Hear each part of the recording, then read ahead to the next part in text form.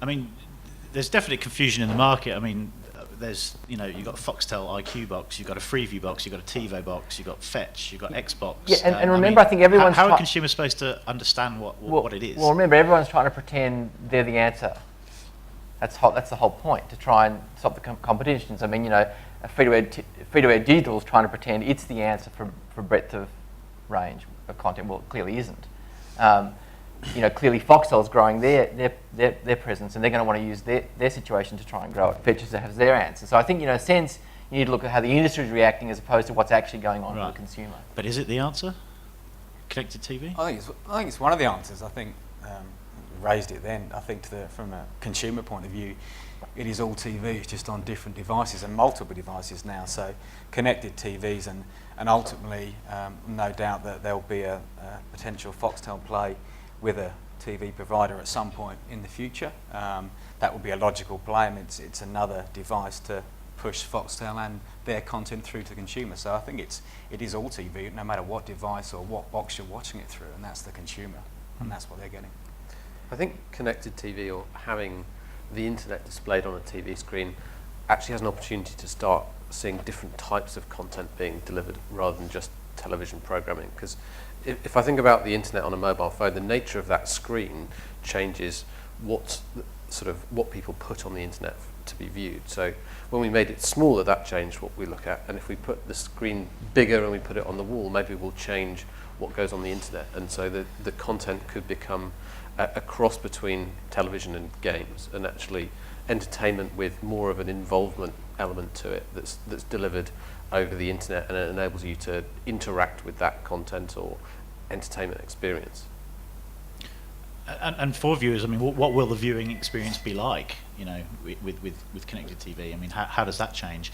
Are we sitting around as a family watching the TV, or are we sort of off in different rooms with our iPads and watching our own sort of stream into our own room? I mean, it'll come down to the different types of content, and I think a lot of this needs to be grounded in reality. Let's not get too carried away. We're talking about some lean back experience and also some kind of lean forward and be engaged in the television. Not everyone wants that experience. There's going to be a large portion of the population that will get back, and sitting back in the lounge room and enjoying a television experience is one thing.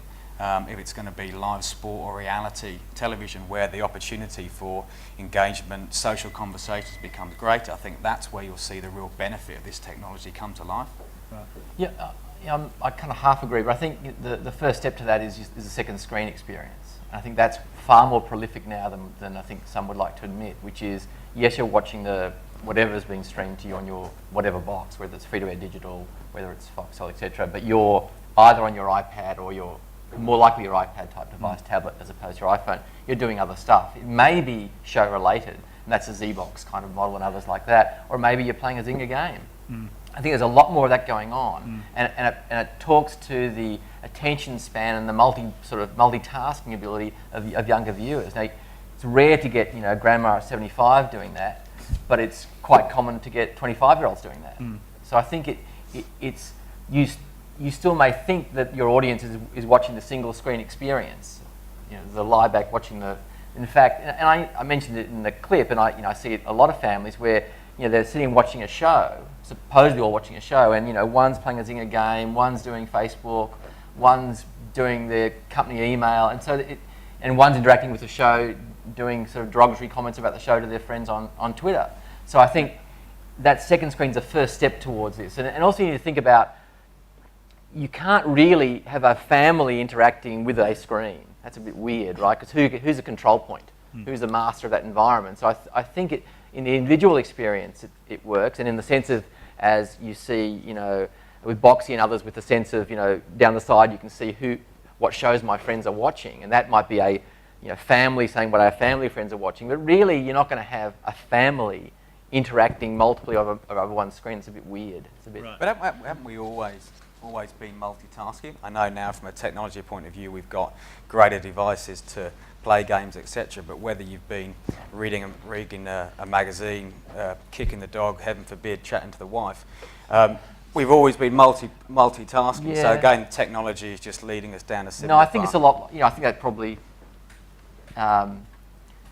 broadcasters would like to think that's probably the case, but I think that there's more actual interaction going. I think, not that you chatting to your wife isn't an interactive experience, but that I think that sure. Yeah, it's that you're actually doing something quite detailed, whether it's playing Angry Birds or draw something or whatever it is. So it's quite an intellectually engaging thing while you're also engaging with the show. Yeah. So I might just talk about some behavioral observations very quickly. I think if you take the internet as an example, anyone can access anything, so the whole world's open. But our behavioral patterns are such that we all have our bookmarks or our common threads, and you actually narrow to a fairly, or you move to a very narrow collection of things that you do on the internet. And we all follow that trend. Now that's something that you're doing by yourself. Now when you move to a TV environment, a social environment in the home, and I think that's the point you're making, yes, you now have all the flexibility to go all these places, but even more so, it's a behavioral thing. We're so conditioned over many years that we watch this show on this night or the news at this time, et cetera. So there's some really strong behaviors, and there are multiple people watching that screen. So I'll come back on interactivity in a second. I think what we think is it's easy to say all these options are available, but there can't be that many winners because you can't have that many billion relationships. No one in the home wants to watch people drill into widgets, come back out, go to the next one. My wife can't even stand when I change the channel during commercials because she's afraid to watch people navigate. So it's going to come down to consistent patterns. In terms of the interactivity, we used to think the interactivity would be on the TV, but it's not. It's going to be on the phone or the tablet. The companion devices will be the individual interaction.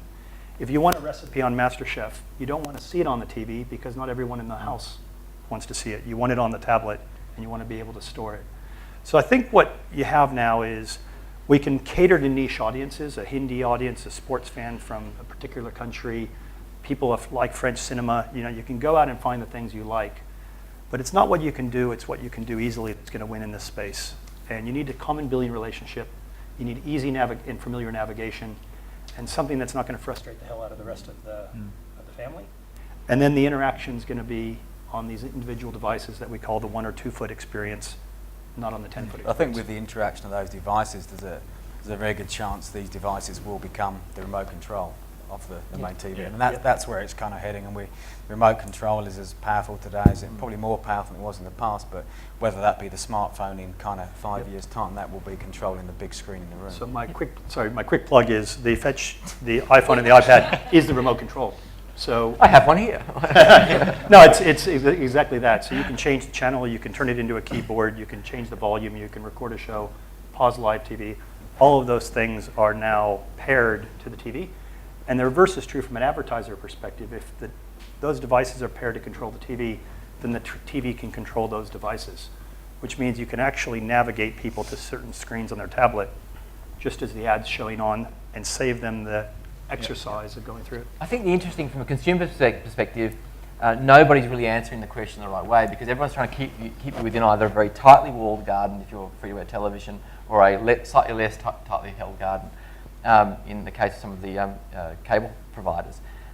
But really for a consumer, if I say I love football in the real football sense, I want to be able to say, I love football, and then let me see all the football options. It might be, it's the English Premier League summary, it might be a game with Barcelona, so one's on free-to-air, one's on pay TV, it might be a link to the Man United IPTV channel. It might be a YouTube clip of the 5 goals Messi scored in that game the other week.